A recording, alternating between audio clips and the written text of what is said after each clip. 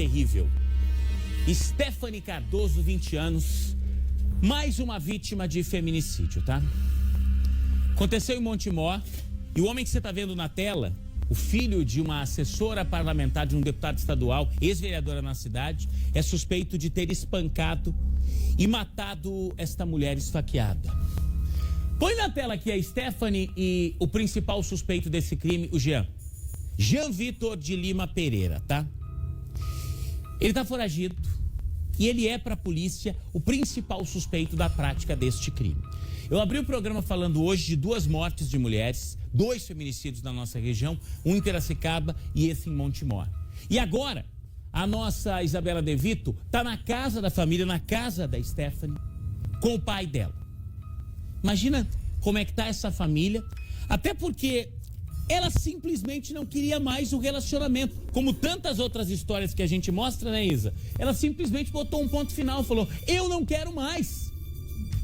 Só que ele não aceitava isso e, infelizmente, ela pagou com a própria vida. Boa tarde, se é que eu posso dizer boa tarde, De Vito. Boa tarde para você, Gil, e todos que nos acompanham no Balanço Geral. Realmente, quando a gente dá uma notícia dessa, é uma notícia que dói em todas nós, principalmente nós mulheres, porque a gente sabe que isso está cada vez mais comum, né, Juliano? A gente está cansado de noticiar esse tipo de caso. A Stephanie, ela tinha acabado de chegar do trabalho, ela estava atravessando a rua do ponto de ônibus até a casa dela quando tudo aconteceu. Eu tô aqui com o pai da Stephanie, ele vai falar um pouquinho pra gente. Eu até agradeço, Adriano, obrigado por falar com a gente nesse momento tão difícil para vocês. Mas você estava em casa quando a Stephanie chegou, é isso? Estava deitado, né, no quarto com minhas outras filhas e nisso minha esposa estava aguardando ela chegar, né, na sala. E como de costume, ela chega por volta das 11h30 da noite. O ponto de ônibus é bem quase de frente de casa. Ela desceu do ônibus, segundo populares, né, já comentou que tinha um cidadão lá, já aguardando ela, né? E foi ela descer do ônibus e tempo dela tentar correr e ela foi alvejada com alguns disparos de arma de fogo. Infelizmente, eu estava deitado, minha esposa entrou em casa correndo, né? Para me avisar, me comunicar. E ao sair de dentro de casa, fui pro lado de fora do portão, minha filha caída no chão, toda ensanguentada.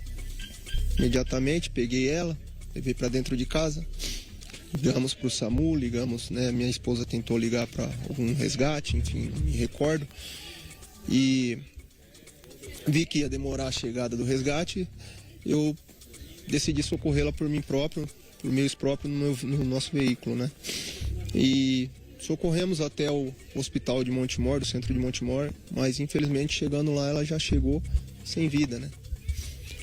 Infelizmente. Adriano, há quanto tempo ela estava separada? Ela estava separada aproximadamente uns 2-3 meses. Porém, há umas 2 semanas atrás eu fui até a casa dela, onde ela morava com o suposto marido dela, e num atrito deles lá, discussão, decidimos trazê-la para casa, né? E ela veio e ficou essas 2 semanas conosco aqui. Infelizmente veio acontecer isso. E depois do ocorrido, alguém tentou contato com ele? Ele tá foragido, né? Ele é o principal suspeito, mas nesse momento ninguém consegue localizar.